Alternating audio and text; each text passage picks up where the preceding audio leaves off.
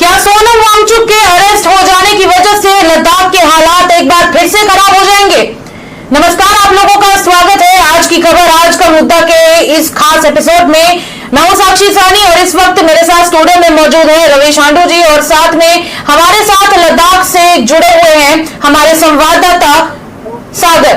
आज लद्दाख के environment activist Sonam Wangchuck को अरेस्ट कर लिया गया है।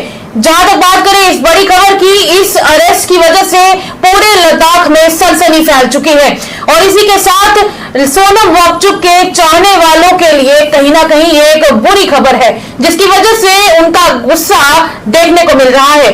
जिसकी वजह से अभी की अगर बात करें तो बड़ी खबर यह भी आई है कि लेह में फिलहाल जितनी भी इंटरनेट सर्विसेज हैं उसे बंद कर दिया गया है। चलिए पहले ज्यादा समय ना गवाते हुए चलते हैं हमारे संवाददाता की तरफ। सागर, क्या आप मेरी आवाज सुन पा रहे हैं? जी मैम। सागर हमारे साथ कारगिल से जुड़े हुए हैं, हमें सारी इंफॉर्मेशन देंगे। सागर, जरा ये बताएं कि अभी फिलहाल लेह के और कारगिल के किस तरह के हालात है, खासकर जब से ये अरेस्ट की बात सामने आई है। सोनम वांगचुक के अरेस्ट होने के बाद हालात कैसे हैं? इस तरफ से 24 तारीख को जो है लद्दाख में एक एक्विजिशन ट्रेड जो है देखने को मिल रहा था, तो उससे लेके जो है पूरा करगिल लेह जो है कल बंद रहा।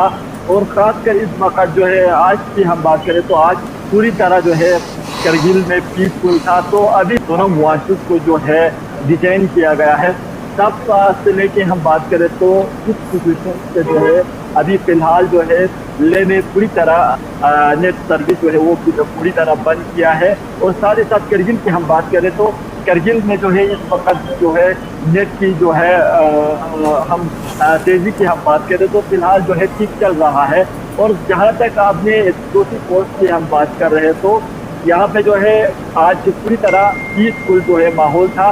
तो अभी फिर से जो है जब से ये सोनम वांगचुक का जो खबर सामने आया तब से लेके अभी फिर भी हर चौक पे जो है लोगों के यानी विजिट के लिए यहाँ पे जो है उनकी यानी यहाँ महसूस के लिए जो यहाँ पे पूरी तरह फिर से लद्दाख के पुलिस जो है हर जगह पे फिर से जो है देखने को मिल रहा है। इसी के साथ आपको ये भी बता दें कि कल के दिन शाम को जो एक बयान दिया गया था सोनम वांगचुक के द्वारा, उन्होंने इसमें कहा था कि कहीं ना कहीं मिनिस्ट्री ऑफ होम अफेयर्स की तरफ से ये बार बार दबाव बनाया जा रहा है और दूसरी तरफ से उन्हें कहीं ना कहीं बलि का बकरा बनाया जा रहा है, जिसके बाद आज के दिन सोनम वांगचुक को डिटेन कर लिया गया है।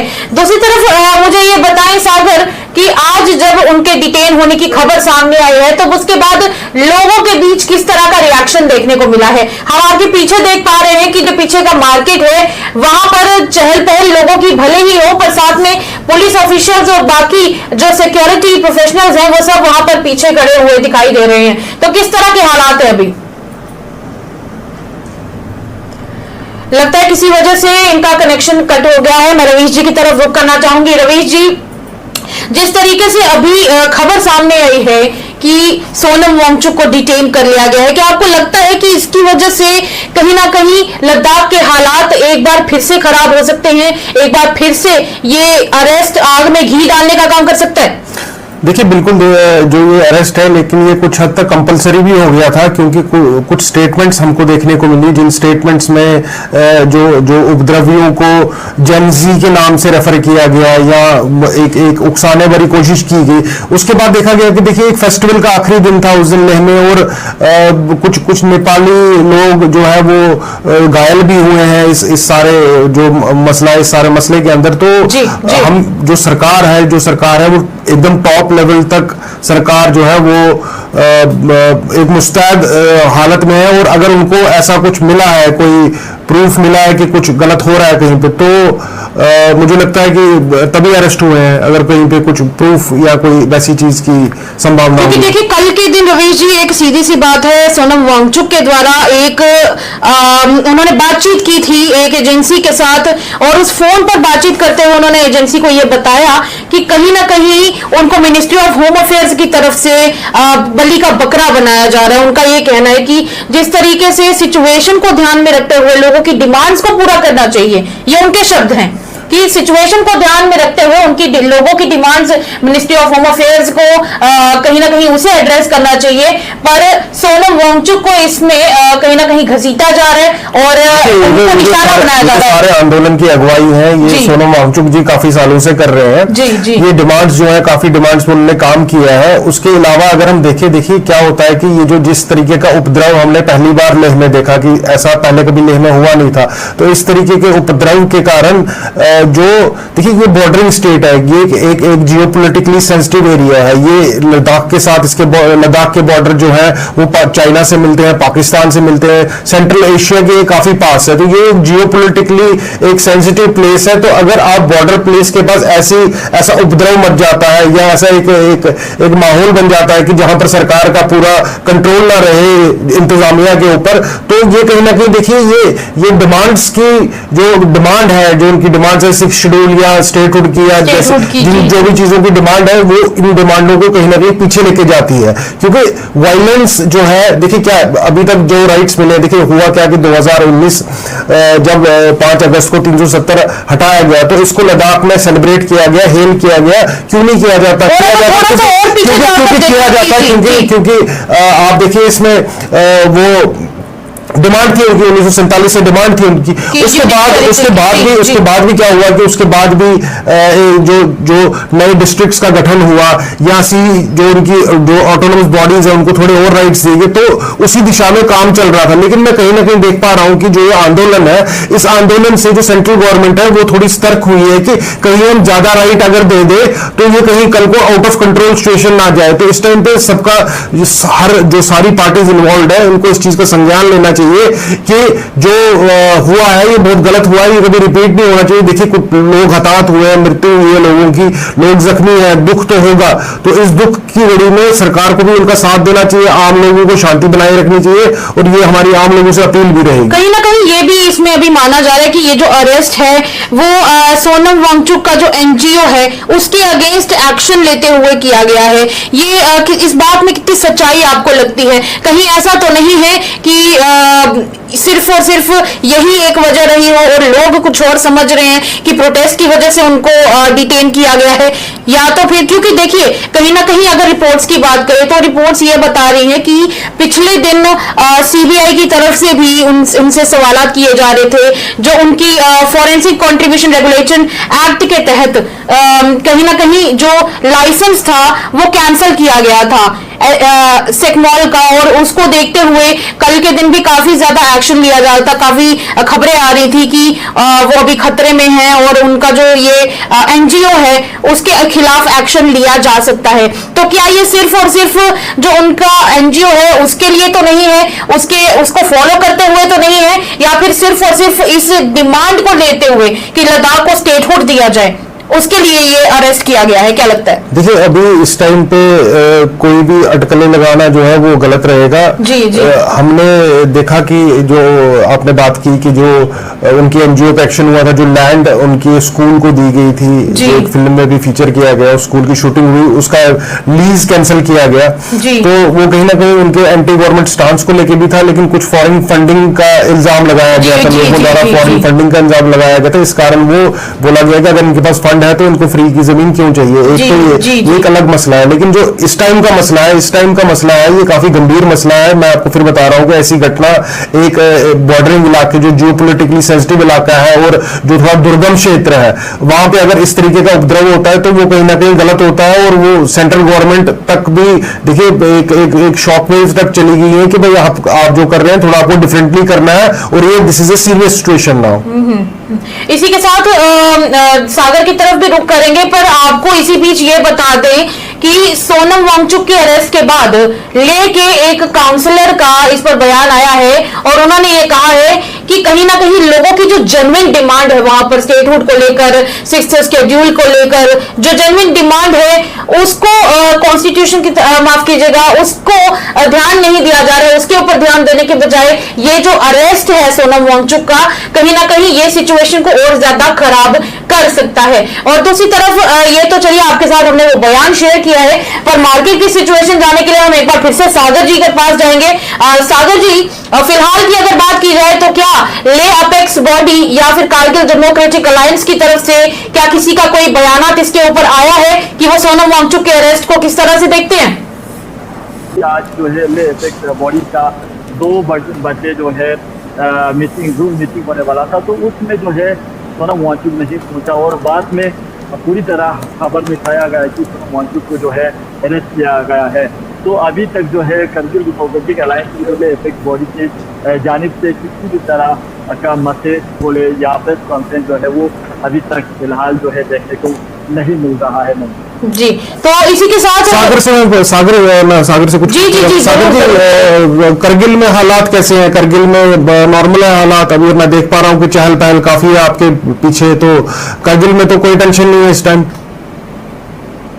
जी, तो करगिल की हम बात करें तो सर आप जानते हैं कि जब 24 तारीख को लद्दाख के लेह में जो जिस तरह के माहौल जो है देखने को मिला, उस वक्त की पूरी करगिल की हम बात करें तो यहाँ पे नॉर्मल था। इसके बाद जो है करगिल डेमोक्रेटिक अलायंस ने करगिल बंद का ऐलान किया, तो वहाँ पे भी देखने को मिला पूरा पब्लिक जो है शांति था।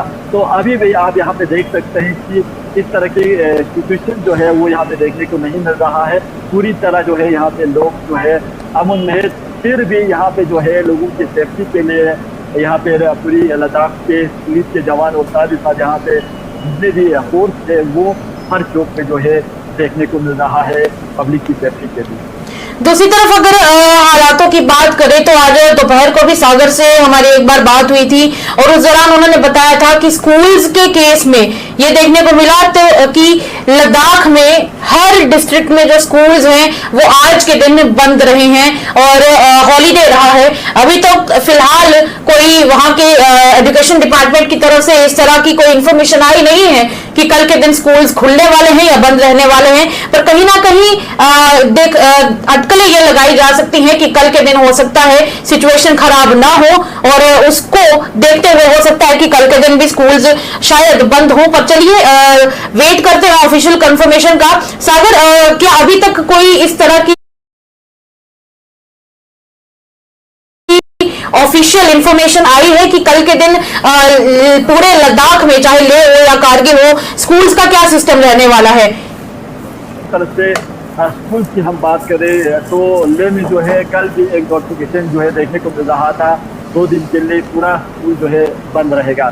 तो उसी तरह करगिल की हम बात करें तो करगिल में आज पूरी तरह जितने भी प्राइवेट और गवर्नमेंट स्कूल थे वो ओपन रहा यानी खुला रहा। तो कल की हम बात करें तो कल की अभी करगिल की हम बात करें तो करगिल में अभी तक जो है बंद का किसी तरह का इंफॉर्मेशन जो है वो देखने को नहीं मिल रहा है।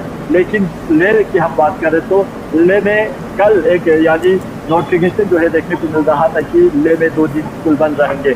तो हो सकता है कि जिस तरह के आज जो है लेह में पूरी तरह नेट जो है बंद किया, नेट सर्विस जो है बंद किया है, तो हो सकता है कि अगर हालात जो है माहौल जो है किसी और की तरफ ले जाते हैं तो कल स्कूल बंद रह सकता है। लेकिन फिलहाल जो है यही है कि करगिल में अभी तक कोई भी स्कूल के यानी बंद करने का कोई तो देखिए सबसे ये बात है कि अटकलें लगाई जा सकती हैं इससे कि कल के दिन लद्दाख में स्कूल्स बंद रहेंगे, क्योंकि इस सबको देखते हुए ही क्योंकि अंदाजा लगाया जा रहा है कि हो सकता है कि सोनम वांगचुक के अरेस्ट के बाद हालात और ज्यादा खराब हो सकते हैं। इसीलिए लेह में तो इंटरनेट को फिलहाल के लिए बंद कर दिया गया है। तो उसी के चलते यही अटकलें लगाई जा रही है कि कल के दिन भी हो सकता है कि यही हो कि स्कूल्स बंद रखे जाए। पर चलिए हमारे एनालिस्ट के पास चलते हैं। रवीश जी, आपको क्या लगता है इसके हिसाब से हो सकता है कि जैसे यहाँ पर इंटरनेट कल लेह में बंद कर दिया गया है, कुछ ही समय पहले खबर आई है कि इंटरनेट बंद हो चुका है, तो स्कूल्स के बारे में भी क्या अंदाजा लगाया जा सकता है? स्कूल तो काफी हद तक ये है कि कल भी स्कूल बंद रहेंगे। जो उपद्रव हुआ है वो युवा लोग थे उसमें इन्वॉल्व, काफी जो स्कूल गोइंग और कॉलेज गोइंग किड्स थे वो इन्वॉल्व थे, तो उनकी सेफ्टी को लेकर मुझे तो लगता है कि कल भी स्कूल बंद होंगे। तो लेकिन अगर हम देखेंगे उसके बाद कोई वारदात रिपीट नहीं हुई है उस दिन के बाद, 2 दिन पहले जो ये उपद्रव मचा और आगजनी की जो वारदातें हुई है उसके बाद कोई रिपीट नहीं हुआ इंसिडेंट। तो मुझे लगता है कि इसको बोलते हैं अंग्रेजी में एक मुहावरा है, life is limping back to normalcy. तो नॉर्मलसी की तरफ बढ़ रहे हैं और हम कामना करेंगे कि कल का सूरज जो है वो एक नई पीस लेके निकले और एक शांति का माहौल बना रहे लेह में। जी, और इसी के साथ आज जम्मू कश्मीर में भी इस सबको देखते हुए काफी ज्यादा बयानात देखने को मिले हैं। जम्मू कश्मीर के वजीर आला यानी सीएम उमर अब्दुल्ला की तरफ से भी बयान दिया गया है और उन्होंने सोनम वांगचुक की गिरफ्तारी को कहीं ना कहीं अनफॉर्चुनेट ठहराया है। वीडियो आपके साथ साझा की जाएगी और ये देखिए आप इस वीडियो में। चलिए आगे बढ़ते हैं। वीडियो आप देख चुके हैं और जहां तक जम्मू कश्मीर के वजीर आला की बात करें यानी सीएम उमर अब्दुल्ला की बात करें, उन्होंने अपनी तरफ से बताया है कि कहीं ना कहीं वो इसको बहुत ज्यादा अनफॉर्चुनेट मानते हैं और लद्दाख से उठने वाली लपटों की गर्मी जम्मू कश्मीर में भी पहुंच रही है। तो आपको क्या लगता है रवीश जी कि इस सबको देखते हुए क्या अगले 3 से 4 दिन का ग्राफ ऊपर जाने वाला है या फिर धीरे धीरे लाइफ नॉर्मलसी पर उतर आएगी? नहीं, लाइफ तो देखिए अभी तो फ्रेगाइल सिचुएशन है, सिचुएशन को काफी फ्रेगाइल माना जाएगा इस टाइम पे। सब everybody is sitting with fingers crossed कि आगे ऐसा ना हो। हमारी काफी लोगों से बातचीत हुई है, जो नेता लोग हैं वहां के हैं, जो लोगों की अगुवाई करते हैं, तो वो कोई कुछ बोलना नहीं चाहता इस टाइम पे। तो मुझे लगता है कि शांति की तरफ ही बढ़ेगा और अगले कुछ दिन में जो है हालात जो है वो ठीक हो जाए। एंड इनफैक्ट ये खबर अभी और सामने आई है, सुनने को मिली है कि lieutenant governor of Ladakh Kavinder Gupta जो हैं उनकी तरफ से भी लगातार मीटिंग्स पर मीटिंग्स कंडक्ट की जा रही हैं ताकि लद्दाख की जो सिचुएशन है उसको कंट्रोल किया जा सके, कहीं पर भी कोई वायलेंस बिल्कुल भी देखने को ना मिले। तो इसी के साथ चलिए अभी का जो हमारा ये आज का टॉपिक था इसको हम यहाँ पर अंतिम मोड़ देना चाहेंगे। हमारे साथ सागर जुड़े हुए थे। सागर, बहुत बहुत शुक्रिया, आपने हमारे साथ जो इन्फॉर्मेशन कारगिल के बारे में और लद्दाख के बारे में शेयर की है, आपने हमारे साथ पूरी इन्फॉर्मेशन साझा की है, उसके लिए बहुत बहुत धन्यवाद।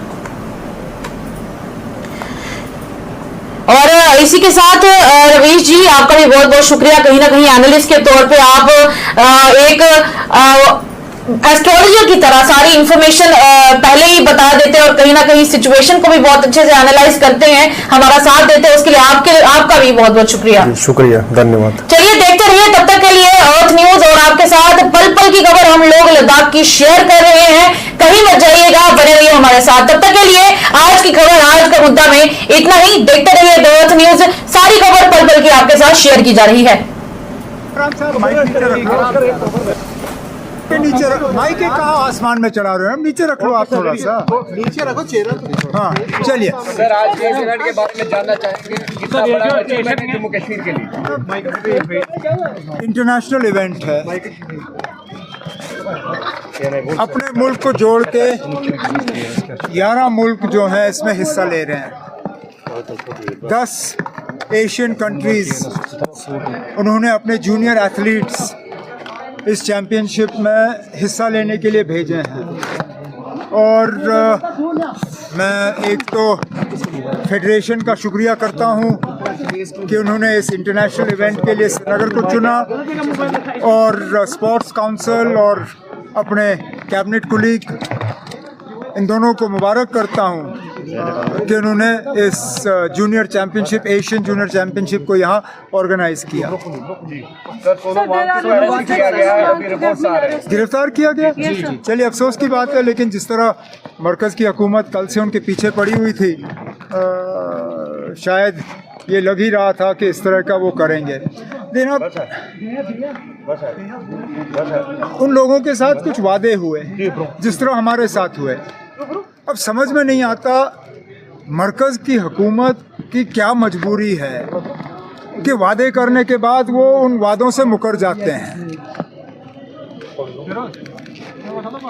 हिल काउंसिल के इलेक्शन से पहले मरकज़ी एक वज़ीर ले गए थे क्योंकि वहाँ लोगों ने इलेक्शन बॉयकॉट करने का फ़ैसला किया था।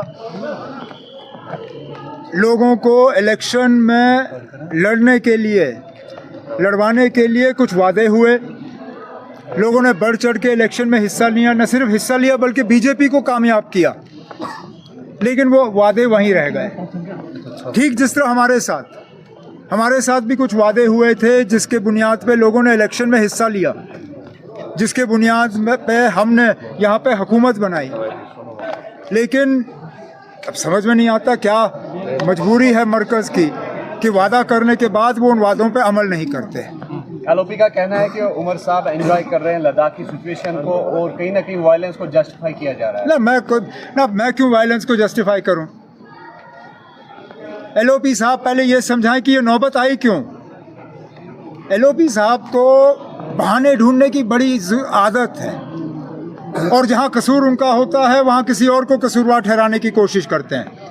मैं लद्दाख का एलजी नहीं हूं, लद्दाख की सिक्योरिटी मेरी जिम्मेदारी नहीं है, ना मैंने कहीं पे लद्दाख के वायलेंस को जस्टिफाई किया। वो जस्टिफाई करें ना कि लद्दाख के साथ जो वादे किए गए उन पे अमल क्यों नहीं हुआ, जो हमारे साथ वादे किए गए उन पे अमल क्यों नहीं हुआ। आखिरकार क्या मजबूरी है बीजेपी की? क्या इतना ही कसूर है जम्मू कश्मीर के लोगों का कि एलओपी साहब एलओपी हैं, सीएम नहीं हैं? क्या हमारे स्टेटहुड बनने के लिए या स्टेटहुड हासिल करने के लिए एलओपी साहब को सीएम बनना पड़ेगा? अगर यही है तो बताएं अदालत में कि जब तक हुकूमत नहीं बनती बीजेपी की तब तक जम्मू कश्मीर को स्टेटहुड नहीं मिलेगा। हम तो कम से कम उनको इख्तिदार में आने की इजाज़त नहीं देंगे।